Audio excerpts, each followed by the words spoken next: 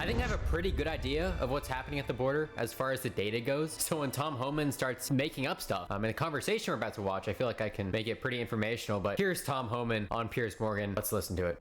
In the media, they want to spin away from the truth. For instance, they say that most of the people ICE arrested are not criminals. False.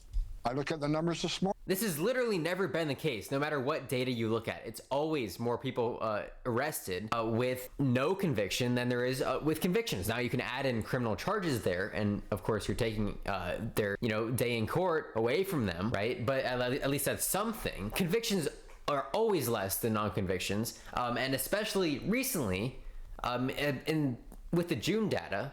So recent data, the Trump administration has been arresting like 4 times more, I think it was, 4 times more people without convictions than with convictions. Detention, this was from a Cato article, detentions and arrests of people with no convictions and no charges is up like 1,300%. Like this idea that you can say that people who are not violent are suffering from this is absurd. And by the way, we can look at who's violent. It's a very small percentage of them. 85% of the people in ICE detention have 0 violence rating, 0 threat rating. I can talk about that later, but 70% of everybody ICE arrests is a criminal. Who are the other 30%? It's literally the opposite.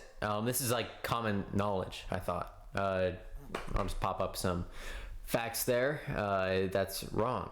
I don't know. There's not. If that was the case, I'm sure Fox News would be reporting it, and I would have found the article, but I have not. Many of them are national security threats with terrorist ties. Most of them don't have. Then we'd have more people with level 1 threat assessments in ICE detention, but we don't. It's still at 7%. You're taking shots and missing here, more so than the Biden administration did. The Biden administration had better stats on all these metrics, even though they heavily focused on recent border encounters, which are not criminals, by the way, but should be focused on because you can put them in expedited removal. I think that's a good public policy in general. But even with that, Biden had all these border encounters to deal with. He had better stats than Trump. Trump has no border encounters to deal with.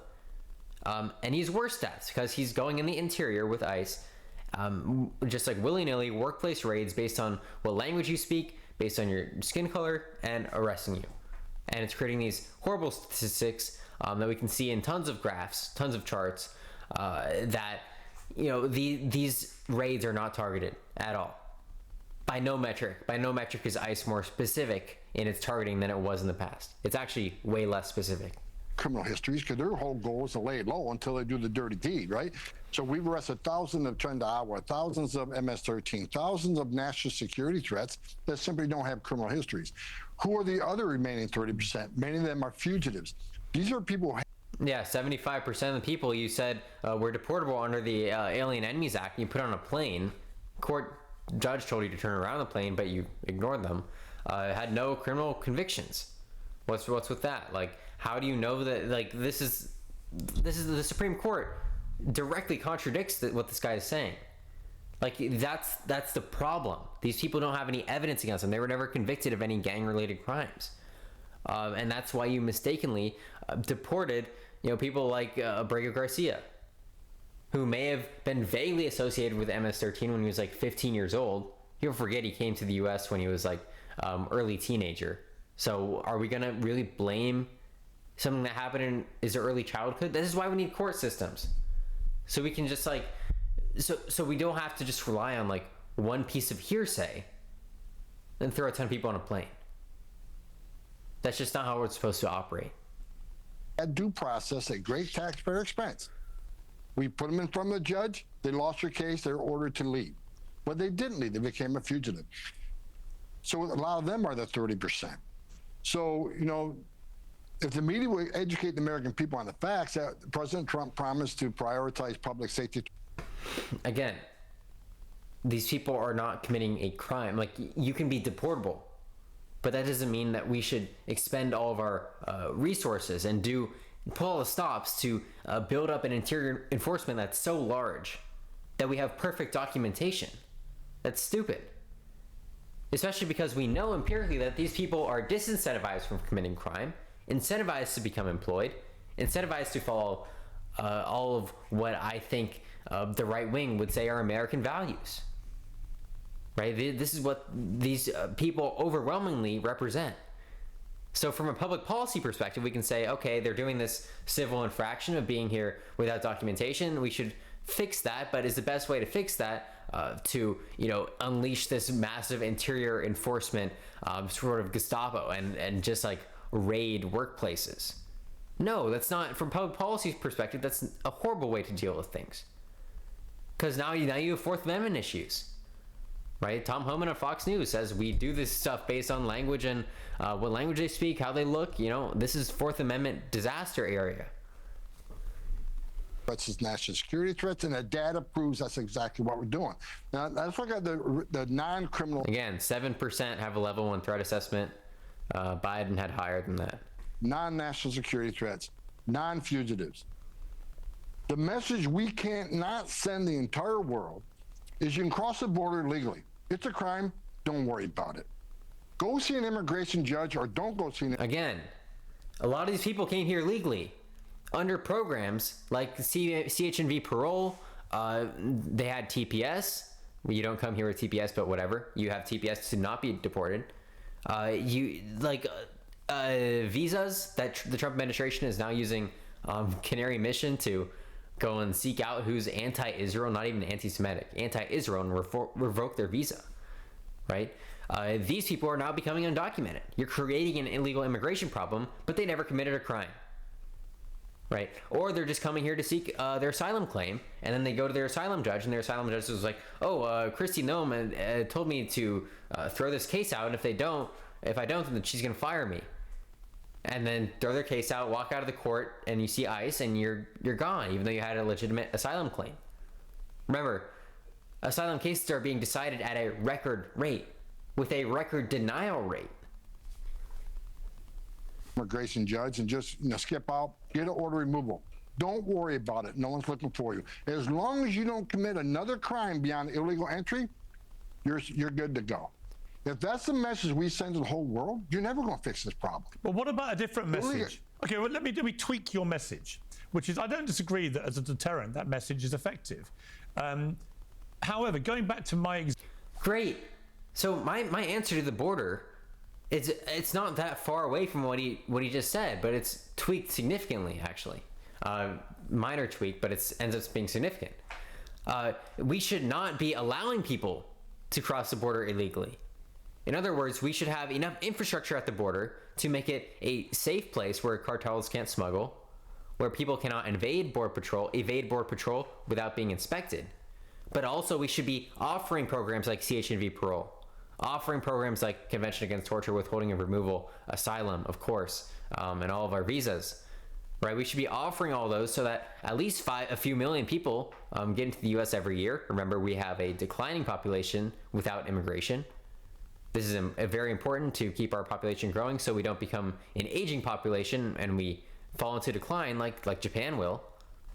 No one ever talks about this, but this is very important. We should absolutely be letting these people in. But they're all going to be vetted, right? CHNV, all of those people were vetted, right? Afghan allies, all those people were vetted except in the very beginning when we had the pullout, which was a little bit, volatile. Uniting Families for Ukraine, of course, all vetted, right? But the problem is when they're not vetted, and that's their lack of resource problem. That I wouldn't say that's their fault. They're just coming here to work. Why would you go to the biggest, most effective police state in the world to commit your crimes? Right? People are like, they come to the U.S. to commit crimes. It's like they could have a much bigger life of crime somewhere else. Like the person who murdered Laken Riley, very likely could have done far more damage if they weren't in the United States, right? But of course they shouldn't be let in. The point is, build a wall, quadruple the size of Border Patrol. I don't care, but keep the programs that people depend on and that they have a statutory right to obligate. example. It's a generic example. I'm not thinking of a specific person. But you must accept there will be people in that 30% who are of the category that I described, who've been in the country a number of years, who've had children whilst they've been in America, who are good citizens, have tried to build a better life for their families. It's that category of person that people are uneasy about. Do you accept that there are a number of people in that 30% who fit that kind of bill? And do you feel uncomfortable about those people being thrown out of the country or not? No. They're in the country legally, and that's not okay. They entered the country legally, which is a... Why? The point of laws is to enforce the public purpose. It's to enforce some kind of like moral code that we've all come to understand. And morality is nothing more than an opinion poll, right? So if all these American people are saying, well, yeah, they don't have documentation, that's a civil infraction, not a crime, as I keep saying. If we wanted it to be a crime, then it would have been a crime. We would have voted for someone who had made that change, right? But the American people, of course, value these immigrants because they embody, in many ways, American values. But, you know, as a society, we disagree with Tom Homan, and that's okay. We say, for public purpose, and public policy is not about the individual, it's about broader outcomes. So you can look at numbers like employment, like GDP, and we don't have to look at individual cases like the murder of Blake and Riley or certain cartel operations. We can look at the aggregate. It's more effective for public policy. We can say, well, that family, right, if we remove them, that's a net negative for the world, because think about the effect it's going to have on the children. Think about the effect, you know, if they have an asylum claim, Trump destroyed asylum, they won't be able to claim that. They won't be able to claim withholding of removal. They won't be able to get a green card because they now have to deal with the bar. Think about the damage that's going to do to them. The persecution they might face that we didn't screen them for, right? And by the way, they add to the GDP, so why not keep them around? And by the way, if they weren't here, we'd have an aging population. We'd be facing a disaster. So this is a public policy question. Tom Homan's just focusing on a very, very narrow part of the U.S. Civil Code, Title 8. But right. And if we send the message to the whole world, you know, enter the country legally, it's a crime and don't worry about it, just don't commit another crime and you're good to go, then you're never going to solve the illegal immigration crisis. And here's what people need to understand. Oh my God, I have to pause this video so much. No, every single, even the most soft on border presidents, like Joe Biden, he said, ICE, focus on the level 1, 2, and 3 threat assessments that like arrest them, issue detainers, do whatever you want. Besides that, focus on recent entries. Why? Because we can put them in expedited removal. These are recent people who evaded Border Patrol. Biden told them to focus on those people. Obama told them to focus on those people. What do you think Operation Streamline was? That was a Bush-Obama type thing. Bill Clinton invented expedited removal. Never has it been the case where we can say, evade Border Patrol and you're going to get away with it. ICE is always focused on those people who just cross the border. And they should. You know, the problem only comes about when they have settled their lives here and they are not recent border crossers. And recent is very subjective, I know that. And there should be an area around, you know, it was previously 100 miles from the border and 2 weeks. Now it's anywhere in the United States in 2 years. I think the 100-mile rule was great. I think it was very good. But we have to draw some kind of arbitrary line somewhere, to where you know, we can deport this person without all the same processes that we would normally offer anyone else who's been here without documents. But you know, we also have to balance that with the fact that you can't just evade Border Patrol whenever you want, right? You should be worried about getting caught by ICE if you just evaded Border Patrol, because you should absolutely not be doing that, and I'm not in favor of that even being a thing that goes on. And by the way, Biden had the lowest rate ever recorded of 8% of people who actually evaded Border Patrol as a percentage of encounters. Not aggregate, it was just like 1 month. That was 8%. Illegal immigration is not a victimless crime. I've done this for 40 years. The criminal cartels rape women that make that journey.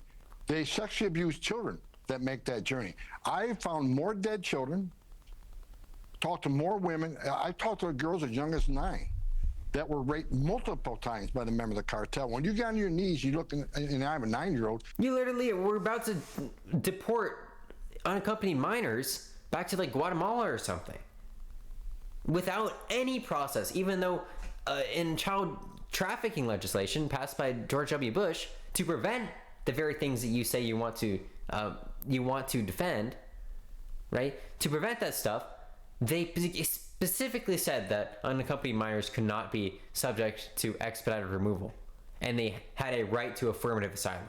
Not asylum as a defense from a removal proceeding, but affirmative asylum with USCIS. Who was raped by a member of the cartel simply as demand before they pass over the border. It turns your stomach. It changes who you are. And the message we cannot send is, as long as you don't commit a crime, come on in, because more people die, more women get raped. And what happened in the last administration, because they sent that message. I don't understand. Are the women like paying somehow with that? Like what? To get smuggled in? Like, I don't know. Like, of course, this is such a straw man. Like, if you want to expand Border Patrol, no one has a problem with that. If you want to expand ICE, people do have a problem with that because the cartels exist on the border. We're talking about raiding like restaurants. The Secretary Mayorkas says ICE can only arrest an illegal alien if they're convicted of serious crime. What happened? 10.5 million illegal aliens come to the country. What happens with that? What people call illegal immigration. It overwhelmed the Border Patrol, where 70% of agents are off the line. What happened? Record number of women and children were sex trafficked across the border. A record number of fentanyl come across the border, killed 250,000 Americans. A record number of known suspected terrorists, over 400 that we know of, came across the border in the previous 4 years. That's just all a factor. Like, a lot of that is associative, of course. And yeah, you can point out, like, Biden's border bill had a great expansion of CBP. It had a great expansion of fentanyl, resources to fight fentanyl. But Trump killed it. All of those are good critiques of the Biden policy. But the Trump administration has implemented none of the amendments that would actually suit what was shortcoming in Biden's administration. Now, I think Biden did a pretty good job with what he had, with what he was dealing with. But for longer term solutions, Trump did not continue his efforts and work towards something that would actually work. Instead, he's done something that hasn't worked. He's stripped away the parts of the border that were good and has not focused on the parts of the border that are bad. Parts of the border that are good are asylum. Parts of the interior that are good are people here without documentation may have crossed the border illegally a few years ago, but are working. Right? Well, let's go back to the basics. Right? 70% of these people are not convicted of anything. I think 4 times more non-convictions are being arrested relative to convictions. It's the opposite. It's 80-20. It's not 30-70. As of the June data, and I will throw that up there right now if I can. So just wrong. Now the Trump got 12. Now they got 400. The cartels making a record amount of money, sex trafficking women and children, alien smuggling, and moving dope across the border.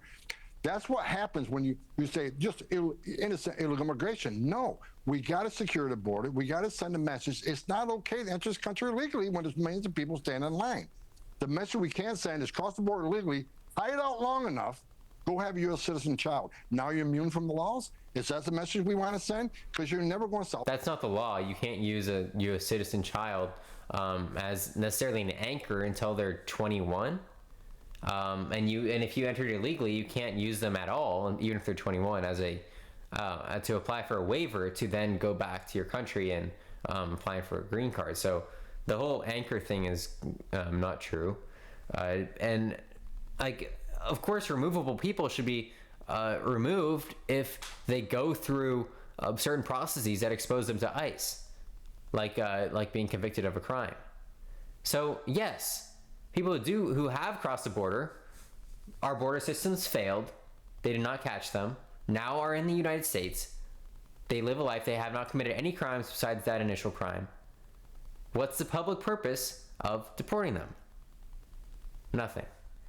And like this whole and people respond to incentives thing is like stupid. No, Border Patrol was not hard. It was not easy to evade it under Biden. A lot of those people were apprehended. They were given asylum, at least asylum claims pending, right? And they had them adjudicated. 10,000, like 6,000, 8,000 were granted or decided per month. This is not a small population at all. The crisis. People won't keep coming to the country. First thing to do is have a U.S. citizen child. Now they feel they're immune from our laws. That's the message we can't send, or you're never going to end the terrible things that I've experienced 40 years on that border. Now, what I think needs to happen is if people don't like what ICE is doing, then protest Congress. Don't protest ICE. ICE is enforcing laws on the books. They're enforcing laws and doing what they took an oath to do, and that Congress appropriates some funding to do. That is the dumbest thing I've ever heard. You have broad authority as DHS. You have broad authority to set this kind of policy. Congress does not tell you what your policy is. That's why we have a range of border policy between administrations. We can send DHS memos to ICE, tell them to raid every restaurant you see, raid every workplace you see, raid every construction site you see, or we can send them memos saying focus on level 1, 2, and 3 threats and recent border crossings. None of that has anything to do with Congress. Like, I don't understand. You don't have to enforce, you don't have to enforce every civil infraction with, like, the full force of the United States military at this point. Like, ICE is basically to that size. Enforcing law. Name another federal law enforcement agency where we ask them not to enforce the law. Do we ask the FBI not to enforce law? Do we ask DEA, ATF? No, it's ICE. If you have a gun for self-defense, you need to hear this to avoid making a mistake that could land you in jail. Again. I mean, sometimes the DOJ doesn't enforce the law. If you do like a minor FARA infraction, they won't try to pursue it criminally. They'll just they'll just give you like a civil order, administrative order, even if they could, because. I mean, bad example, but DHS is unique in that the crime they're enforcing is, one, not a crime, and two, has very much has Fourth Amendment implications and public policy implications, and that those happen to, like, we're supposed to respond to the public here. The public doesn't like anything that the Trump administration is doing, so DHS, on the public's mandate, should say, we shouldn't do this then.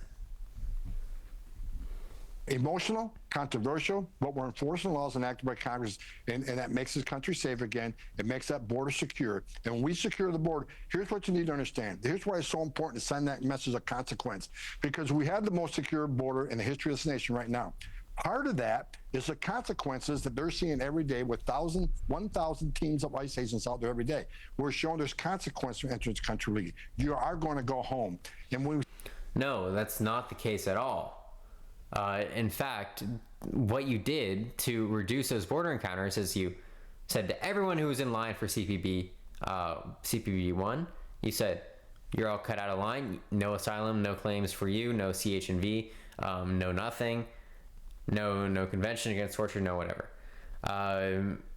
Anyone who wants to claim asylum, no nothing for you. Basically, border shop is closed. We're not going to offer you any of the statutory things that Congress, talk about Congress, has offered you and have said is guaranteed to you. We're taking that away illegally from you. That is why the border encounters have slowed down. Not because ICE is going raiding workplaces. Right? People aren't thinking that much ahead. People aren't like, my life in this country sucks, but I might get raided by like ICE in my workplace in America, even though, like, if you're suffering here and you wish to claim, or you have a legitimate asylum claim, you'd be drawn away from your home country because of persecution. You'd have no choice. You'd probably be better off in the United States, even with the current administration. So I don't see the evidence. I mean, it's possible. I don't see the evidence that this ICE stuff is really the main factor, because Trump Trump closed the border before any of this ICE stuff really ramped up. He did it just by taking away all of its functions. And that had nothing to do with ICE. Send that message, less people make that journey, which means less women get raped, less children die, less migrants died. Under Joe Biden, we had over 4,000 migrants died making that journey. Historic record. We had a historic record of migrants dying. Okay, now they're gonna die in their home country. Like, so, I mean, you're literally saying that they cannot come here under any circumstance. CHV parole is because their home country was experiencing extreme troubles, like, or is very unstable, or is dangerous. That same thing with asylum. You think that isn't going to cause deaths? Of course it's going to cause deaths.